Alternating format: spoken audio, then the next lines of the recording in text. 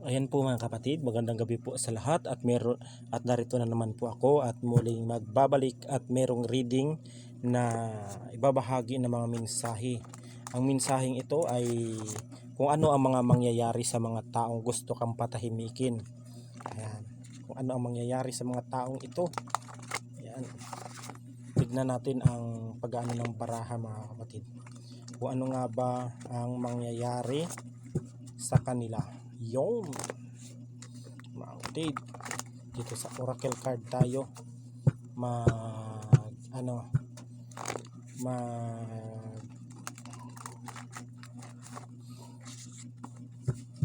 di-deliver ng mga mensahe. Yan, ibaba ay natin ang mga mensahe mga kapatid.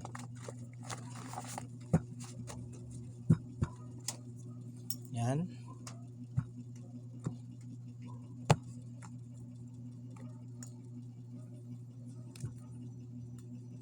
Kukuha tayo ng 13 baraha.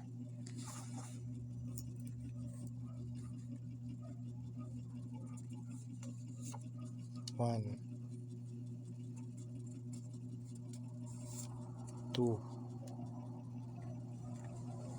three, four, five, six, seven,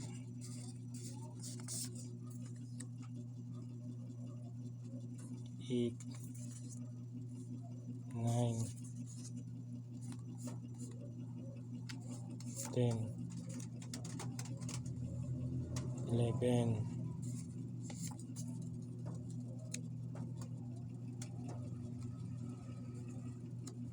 12, 13, 14, 15, 16. Yan, 16 na baraha ang ating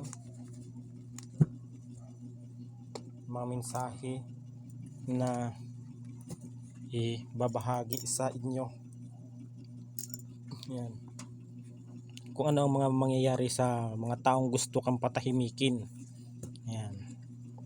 Unang-una mga kapatid, ang lumabas ay ang gusto ng mga taong ito na gusto kang patahimikin ay ikaw ay magiging balisa mga kapatid. Yung mga taong gusto kang patahimikin. Ang gusto nito na ikaw ay magiging balisa. Ngunit ito ay bumalik sa kanila mga kapatid. Itong itong balisa na ito. Yan, gusto ka nilang maging balisa, maging lutang, wala ka sa isip, wala kang ganang magtrabaho, lagi kang pagod. Ayan. Yan yung mga kahilingan ng mga ng mga taong gusto kang patahimikin, mga kapatid. Itong mga ganito lang naman ang mga kahilingan ng mga taong may inggit sa iyo, may galit, may mga hindi kayo magkakasundo kasi yung mga yan, pag yan nagagalit yung mga kung ano-ano yung mga binibitawang mga salita, kahit hindi man Latin yan mga kapatid, kung wala kang kasalanan sa kanila ay hindi ito tumatalab. Yan mga kapatid. Yan. Ang kasi mga kapatid, madaling tatablan ang tao ng itim na mahika. Kung kunyari kayo mga kapatid ay nag-away, madali kayong matatablan ng itim na mahika dahil kayo ay may galit sa taong kaaway mo. Pero pag wala kang galit sa kanya at malinis ang isip mo at puso mo at intensyon mo, hindi ito tumatalab mga kapatid. Pag wala kang ginawang masama sa kanya, hindi ito tumatalab mga kapatid. At ito ay bumabalik lang sa kanya ang pagiging balisa na ito. Nang gusto kang patahimikin. Yan. Yan. Itong tao na ito na gusto kang patahimikin ay sinungaling ito. Sinungaling itong tao na itong gusto kang patahimikin. Napakasinungaling nito, magaling ito magaling, kumbaga ito magaling itong mangbola mga kapatid. Magaling ito sa, kumbaga sa pagninegosyo, magaling ito mag-sales talk. Parang kung kung magsalita ito ay talagang mapapaniwala ka. Itong tao na ito. Yan, itong sinungaling na ito mga kapatid. Yan. At maaring ang masasabi ko lang sa inyo mga kapatid, yung mga ginagawa nila sa inyo mga kapatid, kung ipagdadasal ninyo o kayo ay magsimba, yan, kung kayo ay magsimba o habang kayo ay nagsisimba at bago kayo lumabas o umuwi sa inyong bahay, magtirik muna kayo sa simbahan ng puting kandila at magdasal kayo doon at manalangin kayo na sana ang lahat ng mga binabato sa akin ng mga kalaban o kung ano man o may sino man taong may inggit o galit sa akin ay hindi tatalab ang anumang uri na mga ginawa nila sa akin sa spiritual at physical na nila sa akin na ginawa. Kasi mga kapatid, mas mainam kasi mga kapatid, mas mabisa ang dasal ng isang tao na humingi ng tulong sa ating Panginoon kung sa simbahan sinasagawa ito. Yung mga panalangin, sabay sindihan mo ng kandila na puti, dahil ang kandila niyan mga kapatid ay yan po ay nagsisilbing koneksyon natin sa ating Panginoon. Kumbaga po yan sa TV, yan po ay ang kandila na yan ay siya po ay nagsisilbing parang signal para magkaroon tayo ng koneksyon nasa itaas, para tayo ay para tayo pakinggan sa ating mga kahilingan mga kapatid. Yan, ipagdasal niyo sa simbahan na mawala yung balisa na ito.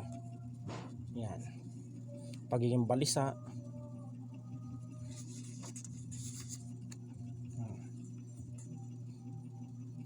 Itong kalikasan na ito mga kapatid, isa din dito ka rin niritwalan sa kalikasan. Itong gusto kang patahimikin mga kapatid, maaaring gumamit ito ng mga iba't ibang mga halamang gamot. Yan, para yung iba-iba kasi ang halamang gamot mga kapatid. May halamang gamot na pangpagaling, may halamang gamot na ihinalo sa sangkap para maging para gawing pamarusa mga kapatid, gamit ang kalikasan, tulad ng mga ugat, tulad ng mga ginamit ng mga ritual na mga mga kahoy, yan na marami kasing ritual sa totoo lang mga kapatid. Tulad ng kunyari mga kahoy na galing sa kalikasan, ilalagay sa manika, ganyan. Sa kalikasan kanito isinagawa. Yung mga garapon, ilagyan ng mga kahoy, ilagyan ng mga buhangin na galing sa kalikasan, tulad ng mga lupa. Yan, tulad ng mga dahon, sanga. Ayan. Itong gusto kang patahimikin, kasi itong gusto kang patahimikin ito mga kapatid, ito ay mapanlin lang ito mga kapatid. Ito kaya sa kalikasan ito na kumukuha ng kung paano ito mag-ritual. Marami kasi mga kapatid, ang dapat sa pag-aaral ng spiritual, dapat po mga kapatid ay pinag-aaralan po talaga. Parang ang panggagamot po mga kapatid ay pinag-aaralan po, para din pong doktor yan mga kapatid. Bago ka maging professional o bihasa o dalubhasa sa larangan ng panggagamot sa spiritual, ay pag-aaralan mo po yan. Hindi po yung sinasabing ganto ganyan, pagtingin mo sa isang pasyente parang kahit physical na sakit sasabing spiritual.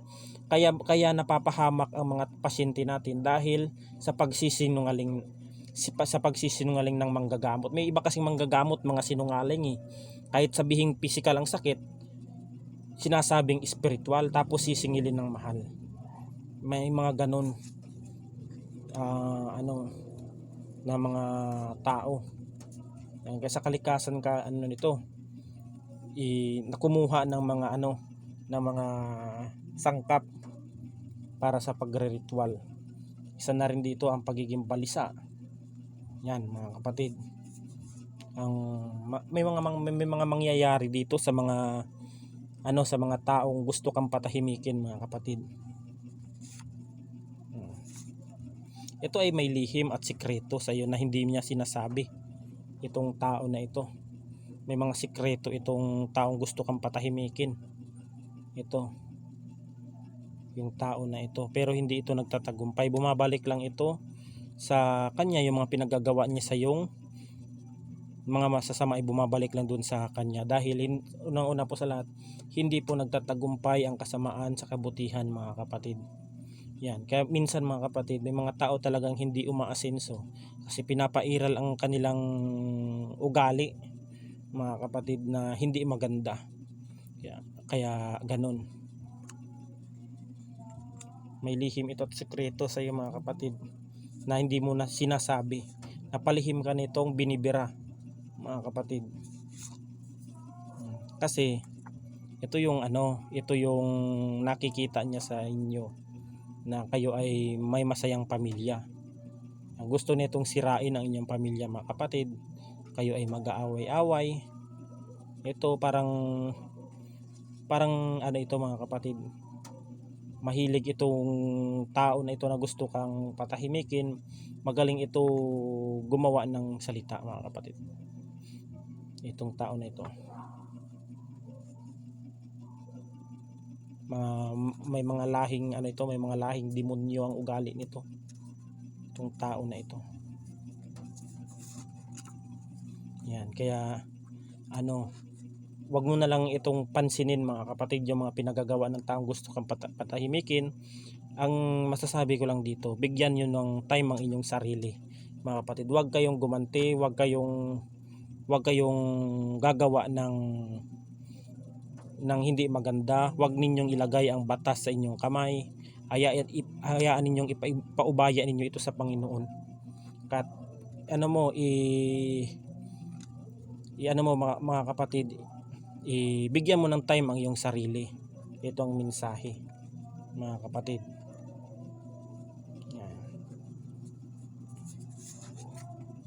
Yan. Itong tao na gusto kang patahimikin ay gusto ka nitong magkasakit ng malubha, mga kapatid. Gusto ka magkasakit ng malubha dito, pero sa kanya tumatama itong sakit na ito. Siya yung nagkakasakit ng malubha dahil mga kapatid, wala ka namang kasalanan sa tao na ito. Ito nga ang sinasabi ko, mga kapatid. Ang taong walang kasalanan sa kanyang kapwa ay di tumatalab ang anumang uri ng itim na mahika na ipinataw o isinagawa sa iyo, dahil wala kang kasalanan sa kanya at malinis ang iyong puso, mga kapatid. Hindi ito tumatalab. Siya yung nagkakasakit dito, mga kapatid. Siya yung nagkakasakit. Maaring ikaw dito ay nagpagamot, yan, dahil ikaw ay nagpagamot ka dito, at yung mga sakit na naramdaman mo ay bumalik doon, bumalandra ito, mga kapatid. Maaring yung pamilya nito ay nagkakasakit, o di kaya siya, mga kapatid. Kasi pag ibinalik kasi mga kapatid, ay talagang mangangamuti talaga siya dyan. Kaya di po basta-bastang spiritual, mga kapatid. Sa mundo ng spiritual, yung iba tawa-tawa lang, ganto ganyan, parang sinasabing sira ang ulo. Pero sa totoo, mga kapatid, ang buhay spiritual, buhay ang nakataya dyan, mga kapatid. Bago pa lang humawak ang isang manggagamot sa pasyente, ang isang paa niyan, mga kapatid, ay nasa hukay na. Kaya yung iba, makapag-insulto lang ng mga tao, ay parang wagas. Di nila kasi na-realize ang di kasi sila nakakaramdam ng ganit. Yung mga ibang nabibiktima, di sila nakakaramdam, kaya parang ganun lang ang tingin nila sa isang tao, mga kapatid. Ayan. At gusto nito, mga kapatid, na maubos ang iyong ipon. Yan. Maubos ang iyong ipon, wala kang pera na wala kang naipon na pera. Parang gusto nito na mawaldas ang iyong mga pera, mawala ang lahat ng mga pinaghirapan mo, mga ipon mo. Yan, yung mga negosyo mo na galing sa ipon ay mawawala. Gusto nitong taong gusto kang patahimikin. Dinaan ka nito sa spiritual, mga kapatid. Dinaan ka nito dahil ito ay gusto nito magkasakit ka, at hindi ito nangyayari at bumabalik ito sa kanya, mga kapatid.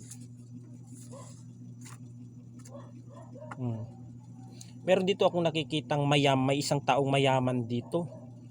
mayaman na isang tao, may kaya o maganda ang pamumuhay nila, na kinaiinggitan ng kanilang pamilya dahil sila ay may masagana, maayos, masayang pamilya, ayan no, masayang pamilya, at maganda ang mga trabaho ng mga kamag-anak nito na ginawa ng masama. Ayan. Itong biniktima ng tao na ito, yung mayaman na biniktima nito, yung taong nagbiktima dito ay sinungaling ito mga kapatid. Sinungaling, ayan o, sinungaling. Yan. Kaya minsan ang taong biniktima ng taong sinungaling na ito ay balisa, minsan balisa. Yan. At nagritual ito sa mga kalikasan yung taong ito. Pero ang sagot lang diyan mga kapatid para mabaklas, kung hindi kayo kung wala kayong kilalang mga manggagamot, ayan, kung wala kayong kilalang manggagamot, pumunta kayo sa simbahan. Ayan ang advice ko sa inyo.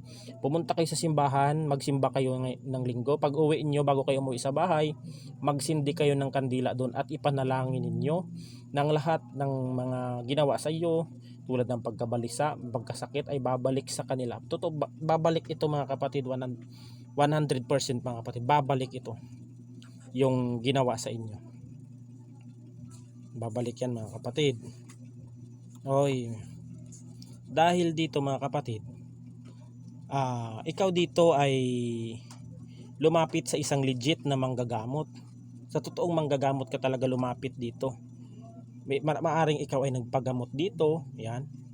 Maaring ikaw ay nagpagamot sa isang manggagamot. Kaya yung tao na ito ay magkakasakit mga kapatid. Yung sakit na ibinigay sa iyo, ibinalik ng manggagamot. Yung sakit at balisa na ito ay bumalik ito sa taong gumawa sa iyo ng masama na ikaw ay patahimikin. Dahil naiinggit ito mga kapatid sa sa iyong yaman, o kayo ay mayaman dahil kayo ay may ipon. Gusto nito yung ipon maubos at yung yaman ninyo mawala. Ayan. At gusto niya na magkasakit kayo at pabalik-balik kayo sa doktor, yung ipon ninyo ay maubos. Ano lang to mga kapatid, may itong taong sinungaling at may lihim na sikreto ito sa iyo. May inggit ito mga kapatid. May inggit. Yung taong iyan. Kasi merong ditong magpartner. Yan, magpartner na pinaghihiwalay mga kapatid. Na alam niya na may pinaghihiwalay na magpartner dahil alam kasi ng taong ito na mahal ka ng iyong partner. Yan. Ikaw lang ang kanyang mahal. Yan. Kaya pinaghihiwalay kayo nito mga kapatid. Yan, para maganda litsi-litsi ang iyong hanap buhay o ang kabuhayan ninyo ay mawala ang inyong kayamanan o ano man. Yan, gusto ka nitong paghiwalayin. Ayan.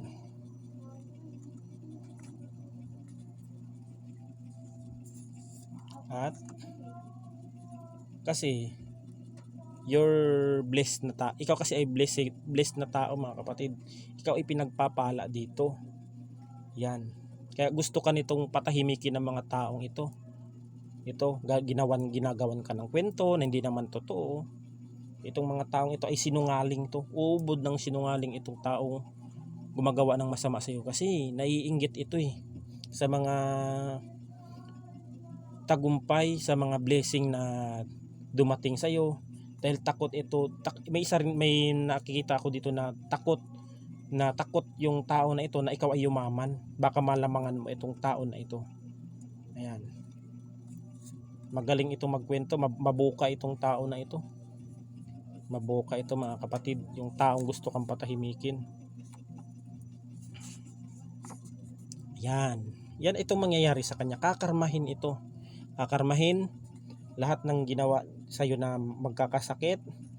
Itong balisa na ito na ginawa sa iyo, yan, itong nung lumapit ka sa panggagamot ay ibinalik itong magkasakit at ang pagiging balisa, at ito ay makakarma ito mga kapatid.